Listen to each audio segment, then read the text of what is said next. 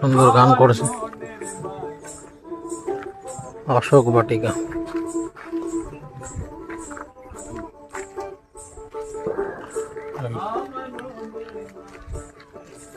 কত সুন্দর বাজাচ্ছে এটা।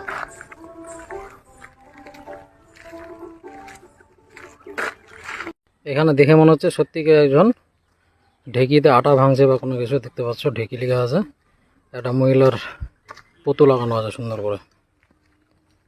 এখানেই হচ্ছে শেষ সীমানা, সামনে প্রাচীর দেখতে পাচ্ছ, তারপর ওদিক দিয়ে ঘুরে খুব সুন্দর এখানে একটা ছোটোখাটো পুকুর আছে যেটা দেখতে অপূর্ব লাগছে। আর এখানে শরীর চর্চার জন্য এটা একটা গ্রাউন্ড দেওয়া আছে, জাস্ট হ্যান্ডমেড। তো কেউ একতারা বাজাচ্ছিল, চলে গেছে। সুন্দর গান করছে এরা, দেখতে পাচ্ছ নিকোবর লেখা আছে। প্লিজ ওপেন ইউর শুজ, জুতো বলে ভিতর প্রবেশ করুন। এই জায়গাগুলো সুন্দর সুন্দর ঘরের মতো করেছে। এই যে ওদিকে আরও আছে ঘোরার জায়গা। এটা ঘুরতে মোটামুটি 1.5 ঘন্টা লাগবে ভালো মতো যদি ঘোরা যায়। সেই জন্যই শিল্পঘর। ওদিকে শেষ সীমানা, এইদিকে বাকি ঘরগুলো আছে।